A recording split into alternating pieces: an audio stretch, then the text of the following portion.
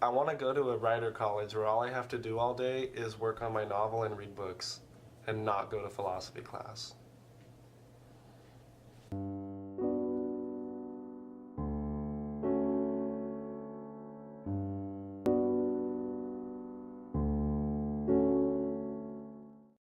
Hi everyone, welcome back. I wanted to make a quick video talking about a new goal that I have, and it's sort of gonna be like an October book haul.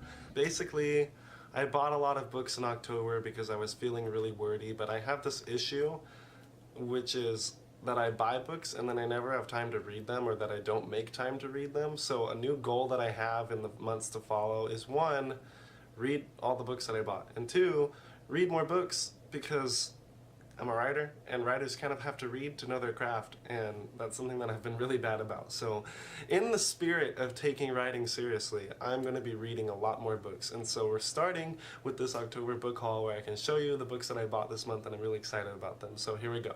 Small disclaimer, I have a lot of books on my shelf over there that I took to college that I bought back in like September and August, but I'd never read. So the books that I do videos about in the future after I read them are probably not going to be these books, because I have a lot to catch up on. But what are you going to do? The first book that I bought in October is called How to Write Dazzling Dialogue, The Fastest Way to Improve Any Manuscript, James Scott Bell. You can see it's got these faces arguing on it. I'm this one, and this one is my family. The second book I bought is called The Turn of the Screw, The Aspen Papers, and Two Stories by Henry James. So it's kind of like a compilation, and it's part of the Barnes & Noble's Classic series, which is a series that I love a lot and I buy a lot of books from. They come with really nice introductions and also excellent footnotes that really give you a lot of background and historical context. It's easy to get lost when you're reading a classic novel, and so I find the footnotes really helpful. So I usually try to find any classic novel that I want to read in the Barnes & Noble Classic series, but sometimes that's not always true. Like The Color Purple's not in there, even though it was on the AP reading list, but I don't know if it's considered a classic yet. I don't know. To me, a classic is anything on the AP book list. Thank you, AP 12. Miss Finn, shout out. Speaking of AP 12, this book is one that I was supposed to read for a book project, and I never actually read it. I looked up the summary on SparkNotes, and then I made an excellent presentation and got an A, but it looked so interesting in the summary that I really wanted to read it. So I finally bought it. So Miss Finn, rest easy. I'm actually going to read it this time. The third book that I bought in October is also a classic novel, and the reason I bought it is because of NaNoWriMo, because I'm thinking 50,000 words is kind of a short novel.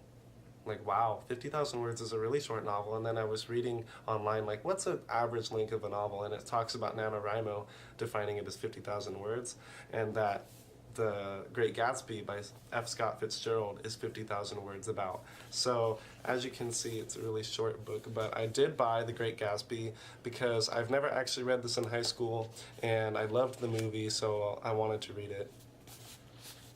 And these little F. Scott.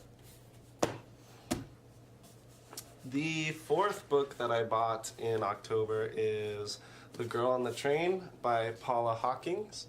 And okay, so remember in my book blurb video when I talked about reading book blurbs to do your research? One of the book blurbs that I read was this one, and it sounded so enticing that I bought the book. So I just want to say, Paula Hawkins is good at writing a book blurb, because it definitely sold it to me. So this is The Girl on the Train. The last book that I bought in October, it's a really big one and one that I'm super excited about, is Eve the Awakening by Jenna Maressi. So you guys know that I've talked about Jenna Maressi. She's a YouTube writer that I love a lot and that I watch a lot of her videos. And so I finally got her book. So this is me supporting YouTube writers, and also because, have you read the blurb? It sounds pretty freaking good. I don't even know how to describe it, but it sounds like it's going to be a good read. So, hooray, Jenna Maressi. So these are the 5 books that I bought in October. I don't know when I'm going to be able to read them all, but basically how I want to organize this is I want to read 3 books a month from now on. And what I want that to be like is one book about writing, one classic novel, and then one like modern novel in a month. I think that would be a nice pattern. And I don't know if it's going to be possible for me to accomplish that. And I definitely don't think it's going to be possible this month because NaNoWriMo, but that's the goal. Wish me luck. So that's my October book haul. These books look really fun to me. They're fun to hold. I love books. Maybe I'll actually read these ones. So that's all I have to talk about today. Pretty soon I'll be giving you an update about how NaNoWriMo's going for me. I'm super excited, and I hope you have a great rest of your week. Bye!